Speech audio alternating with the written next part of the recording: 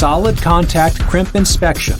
For solid contacts, correct crimp assembly can be checked visually.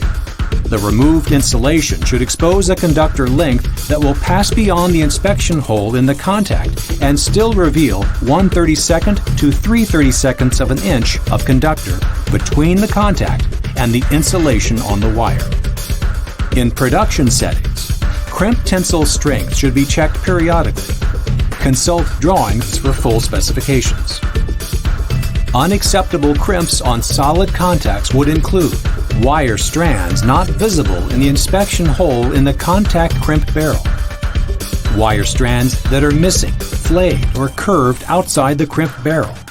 This will produce a bad crimp even if the wire is captured into the crimped area. Damaged wire strands, including any wires that are cut or bent.